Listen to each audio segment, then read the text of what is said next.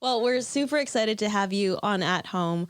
Um, at home, we talk about how everything starts at home, from our own minds and bodies to our families and communities, and then, of course, eventually the planet. And we're stoked to have you here because the fashion industry is such a huge part of so many aspects of our lives, and you have such an in-depth perspective that you can share with us. So can you start by introducing yourself and what you do at H&M Foundation? Yeah, sure. And first of all, I'm super happy to be here. It's a pleasure to be here, and I'm super happy to work late tonight to join you guys. So thank We you for having appreciate it. me.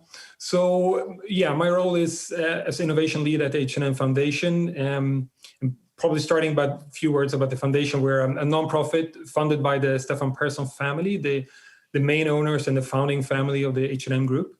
And we are working to accelerate the adoption or the realization of the United Nations Sustainable Development Goals. And we work hard to improve the lives of people everywhere, focusing on using innovation, collaboration, and sharing our insights and learnings to maximize impact beyond our small team of just 12 people to the world.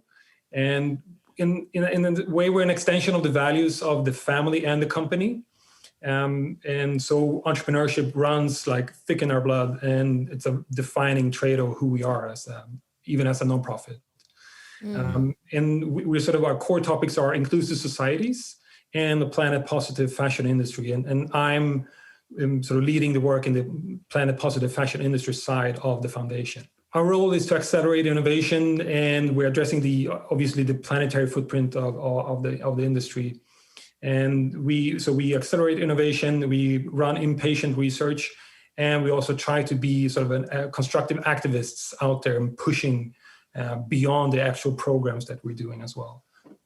I like that, constructive activists. And I like the way that you define it, planet positive. I actually think that's really great because it's very clear. Yeah. As what your directive is, to do things that are positive for the planet. I like that. Yeah, it's actually new for us too. I mean, we used to drive circularity solely, and it will remain a core concept of what we want to do ahead. But we also have to accept that we can't expand the loop either indefinitely, right? I mean, Earth is a limited system that we still rely on, and so our vision is that the fashion industry becomes this positive impact on the planet, so that every garment that's ever produced and worn actually has a positive impact instead of less bad impact. Mm-hmm. Yeah, which is really important. And we want to get into more discussion of that circular economy as well. But one thing I did want to point out and maybe hear a little bit more from you about is I think it's pretty fascinating that the H&M family, from back in the 40s, they already had sustainable practices as a part of their mission, which to me is pretty impressive, because when you think back in the 40s, most organizations were not aware of what some of the damage was that we were doing to the planet. Yeah, right. And that's run through the group, definitely. And it's sort of, we've taken that torch and running it with it in parallel. And I mean, we're not assuming any of the responsibilities of the business, but instead we can work in parallel and do things that they have a hard time doing as a commercial entity. And we're not doing this for the company either. I mean, this is not, we are brand agnostic. We're doing this for the entire industry. We want to push this change throughout the industry and so we're not taking any ownership or equity in the startups that we support. We're not taking and keeping the IP of the research that our work generates. So we're giving it all away, basically open source. So yeah, sustainability is certainly a core. And then obviously it has developed a lot over the years as awareness has developed and challenges has developed as well. I just want to do this when you're like, yeah, it's all open source. We share everything. We share our information and knowledge, and like what we benefit from, like the whole industry can benefit from. And hopefully there's no hidden agenda. It's literally just making sure it's the best for everyone. Growing up, was the environment always something that you were interested in, or was there a pinnacle moment that defined your discovery and interest in this space? Yeah, nature was certainly a sort of a key part of my upbringing. We spent a lot of time in nature on the breaks, and it's was a core part of, I think, education in school, spending time and, looking at leaves and bugs and stuff and learning about nature. But it was mainly, I think, focused on sort of conservation and not really, that cutting ancient forests are bad and oil spills are bad and that kind of stuff. But I never really grasped the impact of consumption or our daily way of living.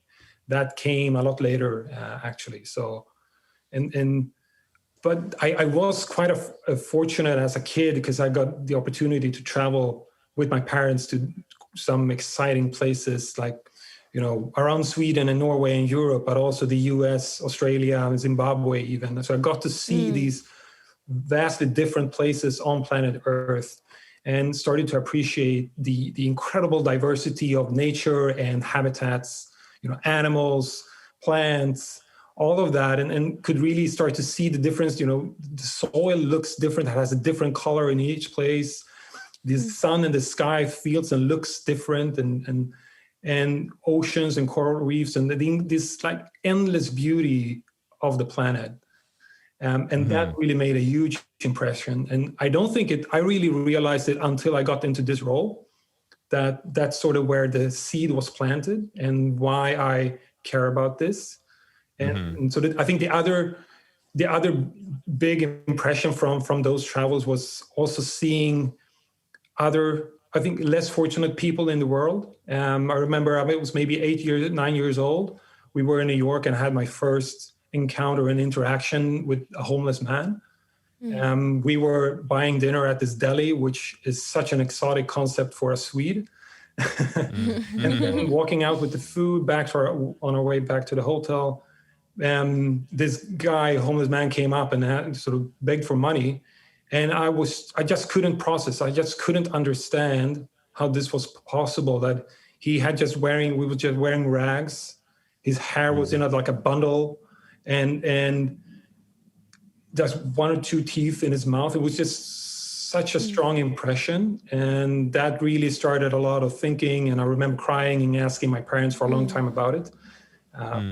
So I guess that sort of created that awareness and also a lot of interest in the world around me. It's something we've always felt fortunate to be able to travel around as well, to see how different people live in different areas of the world and see different cultures. And it really helps open our eyes up to everyone and how everyone lives and what we can do to be a part of ensuring it's a better planet for everyone. Can you, on top of traveling and being able to see different parts of the world, can you tell us about your career path as you were moving into your role now, and what you do with environment, social governance, and sustainability in the fashion industry? Yeah, sure. I think looking back, I think most of it played out by chance. I never really had a clear path in mind or goal in mind in that sense. I've always been very curious about the world, probably because of the travels and sort of my parents recording these nature shows on TV on VHS so I could see whenever. And all of these travels were always very educational. So I studied political science, and then my first job was supporting Swedish industry in some of the most complex markets around the world, trying to improve the business environment and thereby stimulating growth for the local economy and opportunities for Swedish business. And so that was probably focusing more on the S of the ESG.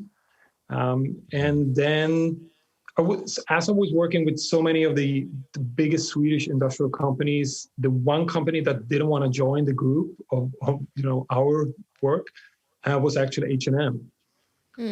And so this is so I was equally like provoked by that, but I was also equally intrigued and impressed by it because I knew they had like hundreds of people working on these topics instead of maybe a handful or just one guy.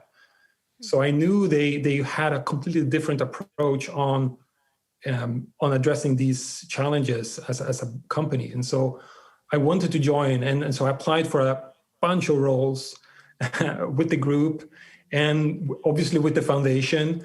And then I got called up for an interview. And this is a true story. I didn't know which role they called me up for. So I had to sit through and sort of fake and be very generic and vague in the first half of the first interview with the manager that then hired me, my first manager at the group, at the foundation. And until she started to get into the role, and then I could sort of, now I know which track to play and how to sort of be that right candidate for her. You fake it till you make it. Yeah, right. Yeah. That's hilarious. And actually, with the H&M Foundation, you touched a little bit on this earlier, but maybe you can talk a little bit more about ESG and also about how it isn't just supporting H&M, it is literally supporting the entire innovation in the whole of the fashion industry. Right, yeah. So from our perspective of a foundation, we're, first of all, such a small team of just 12 people. And we're just 2 people working on Planet and on running the programs that we have and the collaborations that we do. We have a great team of 5 that supports with communication and so amplifies the work we're doing within our projects and to make sure that we reach the general public, the customer and beyond our daily our projects. So that's one way of making sure that we have a bigger impact than what we can achieve only through our projects. And then the other strategy or way of doing that is making sure that this is available for anyone to use.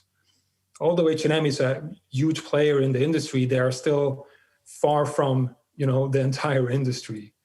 They are about 1 to 2% of the total turnover of the industry.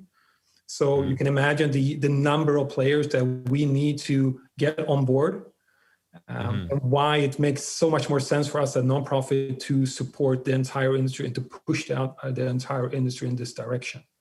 And by giving it all away, the IPs, and by not taking equity in the ventures, because also coming back to who we are, we're good at facilitating and accelerating and I think starting change, but we're not good equity owners and owners of a company. That's not our core competency. So I think investors are better at that. Well, I honestly, I think it's great too, though, because then it shows that there literally is no hidden agenda. Right. You are here for a greater good for everybody, and I think that's such an important thing. There's nobody can come after you saying that there's bias. Mm-hmm.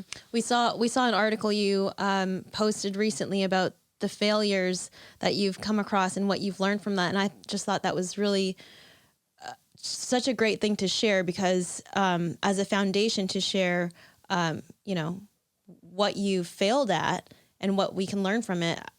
Like that's the only way to move forward. So, so many people don't want to. They want to hide their failures because they think that makes them look weak or whatnot. Which you guys have embraced a different outlook, which is amazing because it isn't. It helps us all grow. Yeah, failure is part of innovation, and it's all about. It really is. Yeah, and you have to accept failure at times, and it comes with sort of trying new things, and it is really scary, and it's even scarier to share those failures and learnings. One thing that we're doing is that we're running the Global Change Award, which is an innovation challenge. And every year we pick up 6 incredible disruptive startups that are so early stage that they don't have customers on board, they don't have investors on board, and they perhaps don't even have science, the theories fully proven yet. That's where we can add value to all the other efforts going on. And as a nonprofit, be that very early on and super high risk. And because they're so early, they also need a lot of support, right? And we push them and we coach them and we provide them with lots of networks and access to the industry. And one thing that we're doing with them is also hosting this fuck-up session. So we also share and dig into their hard-earned learnings. And one important element of that is also to share and to laugh about it and to sort of take the drama out of way and out of failure, as well as to share. And so making sure that the others, your peers, don't have to make the same mistakes. Yeah, I think this is something we can incorporate into our dinner conversations every night. No, I think that's so amazing because you think about it. I mean, even if kids and adults all the same, like if you think about it, people have certain fears or embarrassments about screwing up.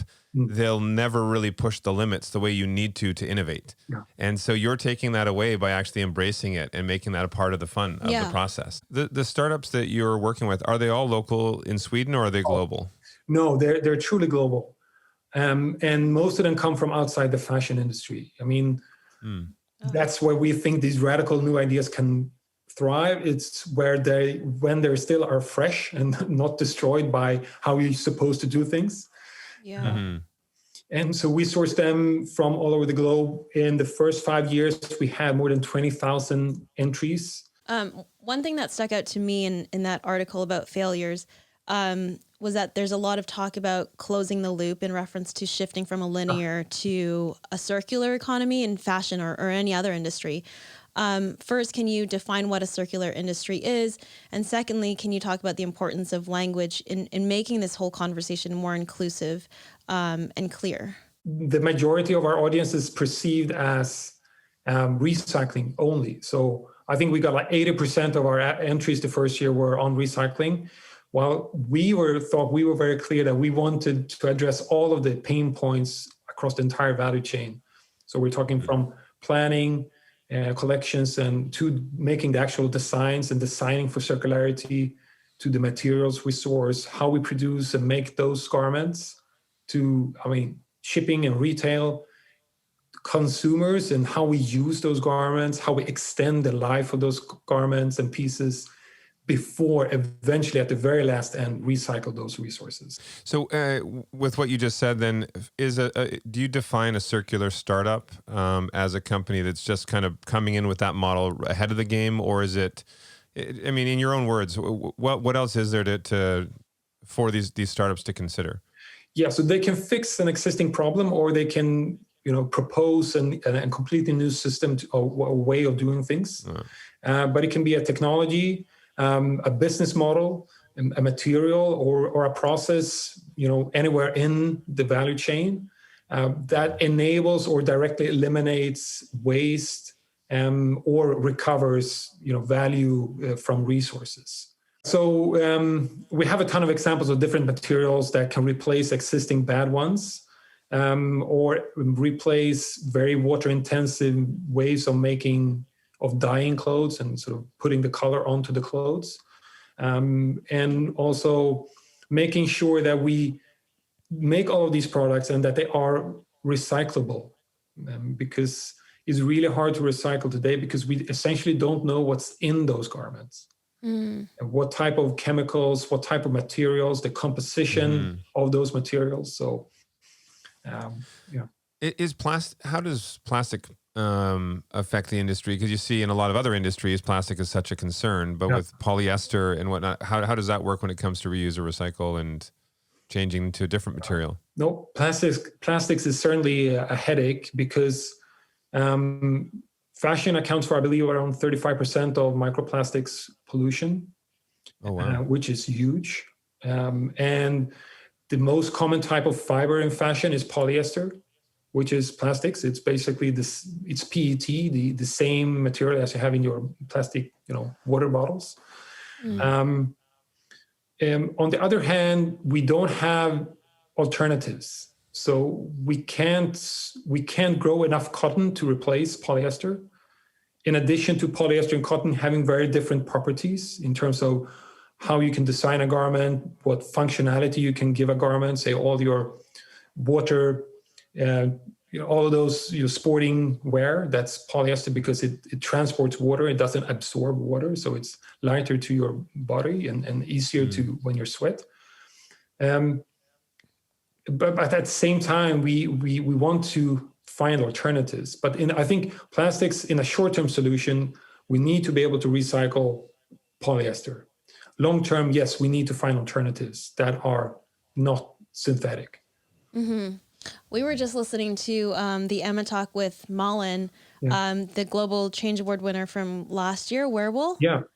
That's exciting because that seems like, I was hearing that they're in their early stages still, but if it happens, like all of our sportswear could be this, I couldn't wrap my head around it. The technology was like DNA, like wool or like fabrics or something like that. Yeah, some of these technologies that we come across and support are just so advanced that, we basically get them on this level of intuition, but then the deep technology is just so hardcore science that it's just, you just smile and think, yeah, we want to bet on this big idea, this moonshot, and let's go for it. And they are one of them. It's a team of female founders from New York that are running this incredibly advanced, genomics, basically gene modification based technology to produce new materials. And the potential of this is enormous. You grow these materials in the lab instead of farm them on fields, or you sort of farm animals. So, or instead of using synthetics, oil-based synthetics. So you grow them in a lab. And then during the process of growing those materials, you add properties so that they come out from the lab ready and done. And we have another winner in global change award that is growing cotton in a synthetic way in a lab, also by using, a lab growing it in petri dish instead of in the fields. Wow. And I mean, there's an efficiency, obviously, in the amount of, like you said, water that you're going to need, the amount of space, land that you need to create. So I think that's amazing. When are the next Global Change Awards? Because we want to put up a link so people know where they can actually submit their ideas and innovation. Please, that would be fantastic. We're launching the next edition in August 25th. We're going to see some crazy solutions from even further away from the fashion industry. So that's going to be exciting. That's going to be really exciting. And you might even just see our name on one. What's our innovation? We're going to think of something. And I really like as well that you're not limiting to innovation in fashion. Like you said earlier, you're looking at all sorts of ideas because that's how I find too, like when you look at NASA, for example. I was just thinking that, Yeah, they told us that, a lot of what has been new inventions in everyday use at home has actually been things that they've been trying to innovate with for in space. On that topic, in addition to all of these innovations and research and development, how can we as a society shift our mindset to think that way and live in a more minimalistic and sustainable and even regenerative way? One thing that we realized when working on textile recycling is that, which with HK Rita, our research partner in Hong Kong, is that we've thought of a way to miniaturize recycling into the footprint of a 40-foot shipping container. And we placed it in a shopping mall in Hong Kong with glass walls, so you could walk around it. You could hand in your garment at one end, and it came out at the other end as a new piece of garment. What? And the idea was that it's not the volume of clothes that we can recycle in that system, because it's fairly slow, but at least it's dry and it's no chemicals involved. But it's that if you can relate to the solutions, if you can see these solutions that usually are abstract and very, very far away in an industrial area or in the other side of the globe, if you can start to see and relate to it, you can believe in the solutions, right? And if you believe in something, it's only then that you can actually change your behavior. Mm-hmm. And then H&M took that concept to Stockholm, and so there's another one of those systems sitting in Stockholm, and I hope there will be more of those in other places soon, because we need to educate consumers around the world. Is there a video of that demonstration? Yeah. For that concept? There's a video. There's a ton of cool material around it. And we can share afterwards. Yeah. Oh, yeah, for sure. definitely, Stan. I need to see that. So your clothing piece goes in. What happens to it? Like, is it literally the same piece coming out, or is it deconstructed somehow? And like, what happens? Yeah. So you put it in. First, you clean it, making sure it's safe and not too dirty, so it interferes with the system. You clean it dry though, with ozone, in a closed system, so you recover the ozone for the next garment. Then you put it into a shredder. So you shred it into fibers, and then you put it back into a thread and then a yarn, and then you put that yarn onto the top of a 3D knitting machine that this Japanese company Shimaseki does. It's incredible, and these yarns out comes a ready garment in one piece.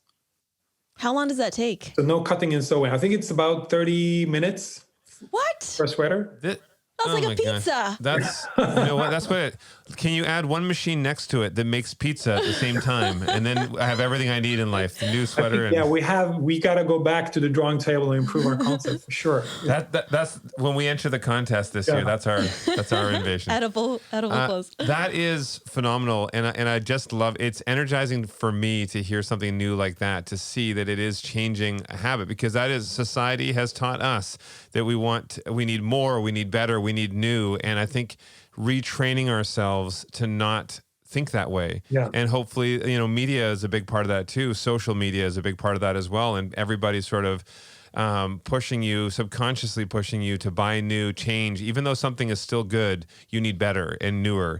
Yeah. So I think that's really cool that you have that innovation that can show you can have new if you want, right? But here's a process to use what you already have to make it new. Right. I think that machine is so symbolic as well, that it's clear and it's transparent, and you see the direct item that goes in, and then you see the direct result that comes out and how it directly impacts you personally. I think that is so clear and so poetic at the same time.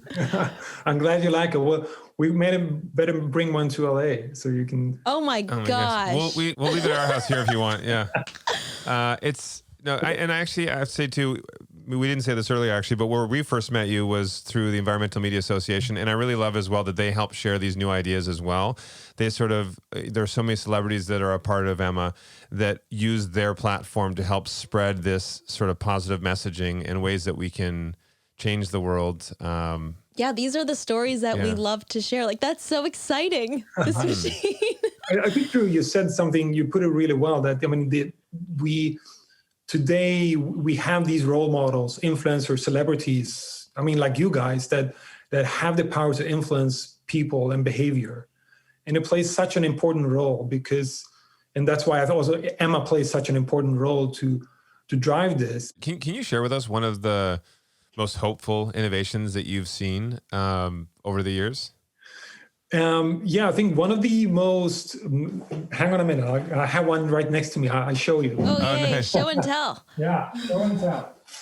Well, for anyone listening, we'll post this on our social media, so you'll see. Yeah, and it'll be on YouTube on EMA Talks as well. Mm-hmm. Cool. So we mentioned Werewolf and the galley as the lab-grown cotton earlier. So this is, can you guess what this shoe is made of? That's cotton? So the upper it looks like rubber. Yeah, so the rubber is I don't know the details of the rubber, but the upper is sort of that's the scope here. Okay, so for listeners, it's a beautiful white sneaker with a cool sole, and it looks like a leather upper. So you're saying it's not leather. I'm going to say bamboo. Yeah. Okay. Lena, you want to have a guess? Apple peels.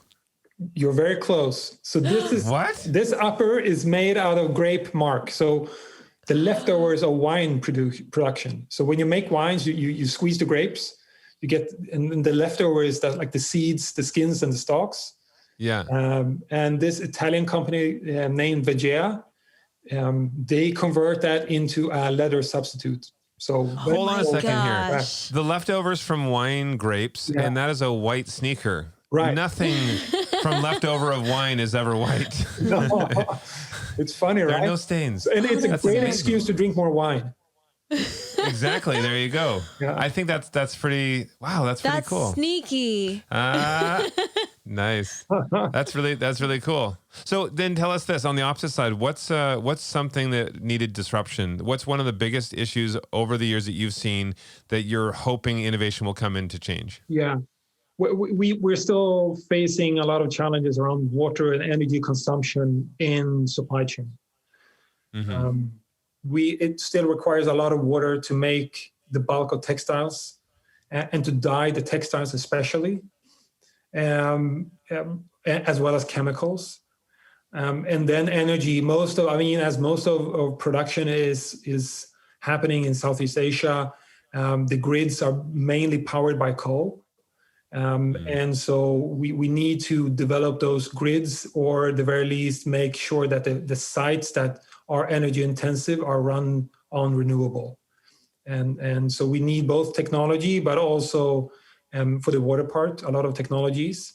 And for the energy part, we need better financing structures. And this is very technical, but it's very hard to get the economics, make ends meet to make these investments at the moment.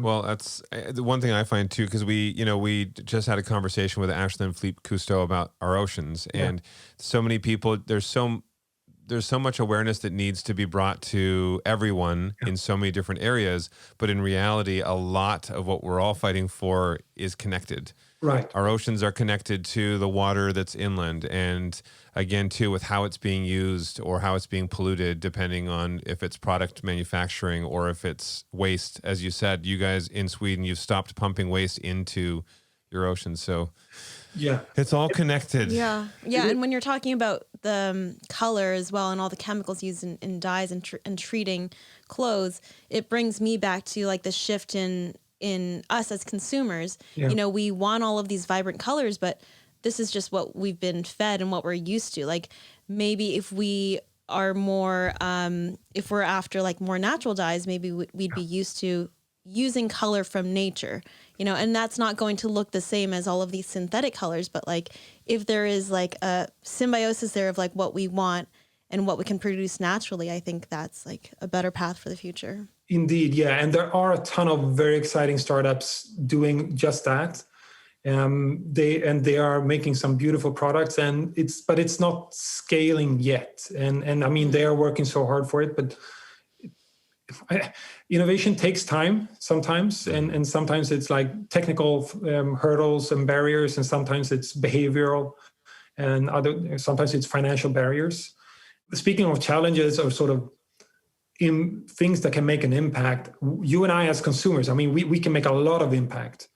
And the most impactful way of action we can do is just extend the lifetime of a garment, making sure that we don't throw it in the landfill. If we grow tired of it, just sell it, pass it on, let someone inherit it, give it away. Just make sure it doesn't end up in landfill. And even before that, use your garments for a longer time.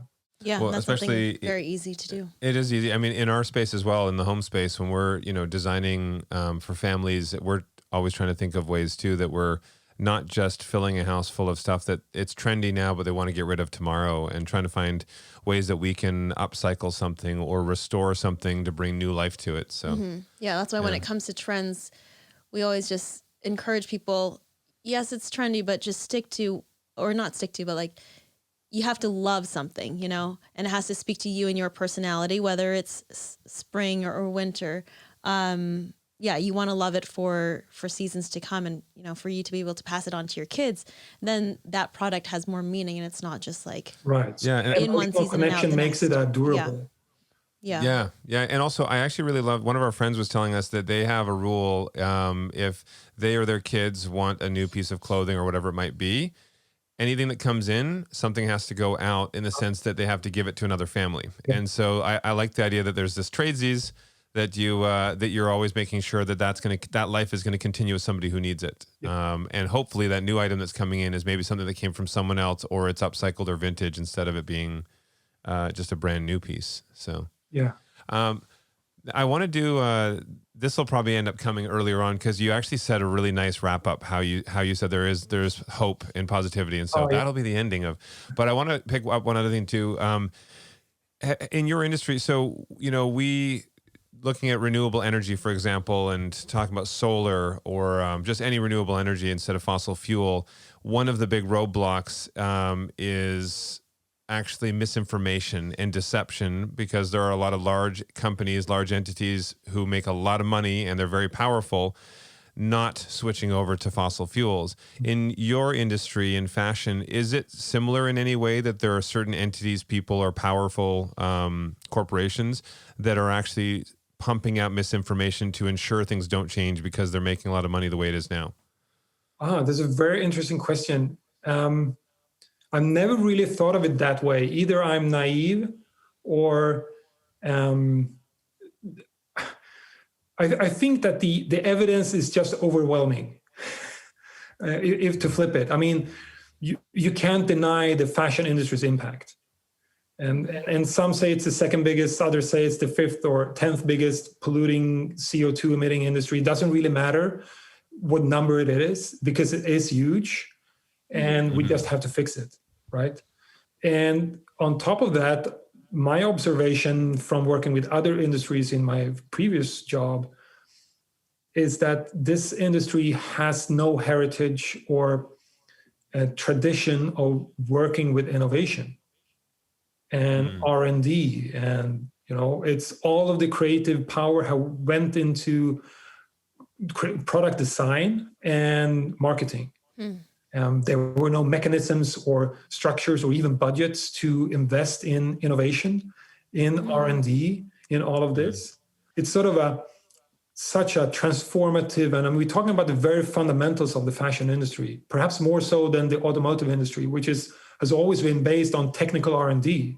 That's how you differentiate. And I think that's, for me, when you hear back in the day, decades ago, electric cars were available, and then big entities bought it up and buried it, and they just hid that innovation. Yeah. And I really hope that in the fashion industry, that the big players in the game will start to invest in this new innovation and actually let it flourish, which looks like what's happening, and it's exactly what H&M Foundation is doing too. Yeah, and it is happening, and I think the flip of the coin is that this industry is driven by these, I'd say, vanity in a way, right? There's also a fear of missing out, which is so strong, and this is probably one of the greatest levers for us as a foundation from being open source, is that we know that there are first movers, and the best way to get the laggards on board is to say, hey, yeah, okay, you do what you want, but your competitor, they are far ahead of you. They have piloted FOMO this material a number of times, and so, oh yeah, and then it's like, oh shit, well, I gotta catch up. Otherwise, we don't look good. Yeah. There it is. We are going to classify this now as FOMO innovation in the fashion industry. We have one last thing we like to do. It's called our speed round. If you're ready for some hard-hitting questions. Yeah, sure. I am. What meal makes you feel at home, and who cooked it? All right. This is childhood memories. My mom's lasagna. And it used to be meat. And then maybe 25 years ago, my brother brought home a new girlfriend that then became his wife. And she was vegetarian. And so my mom had to learn how to cook vegetarian food. And that evolved into this new lasagna. Delicious. Send us the recipe. Yeah. What's your uniform at home? Okay, so we're working from home mainly. And I get dressed every morning. Not in a suit, perhaps, but at least jeans and T-shirt. But we know that it's a 3D printed jean, right, custom fit to your size, and an 80%, upcycled 80%, recycled shirt. What smell reminds you of home? I have a small kid, so can I say diaper? Very valid smell. Very relatable for many people.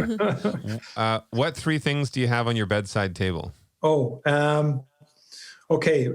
Pacifier, and my glasses when I sleep, obviously, and a book I really recommend. It's called The Entrepreneurial Leadership by Joel Peterson. He's a professor at Stanford, talking about how to lead organizations and teams that just work in this constantly evolving and dynamic environments. It's very amazing. High emphasis on empathic leadership as well. What's the name again? Entrepreneurial Leadership. Perfect. Awesome. And is the pacifier for you or your baby? No, it's for Matilda. Yeah. What's your favorite way to connect with nature? Oh, I love skiing.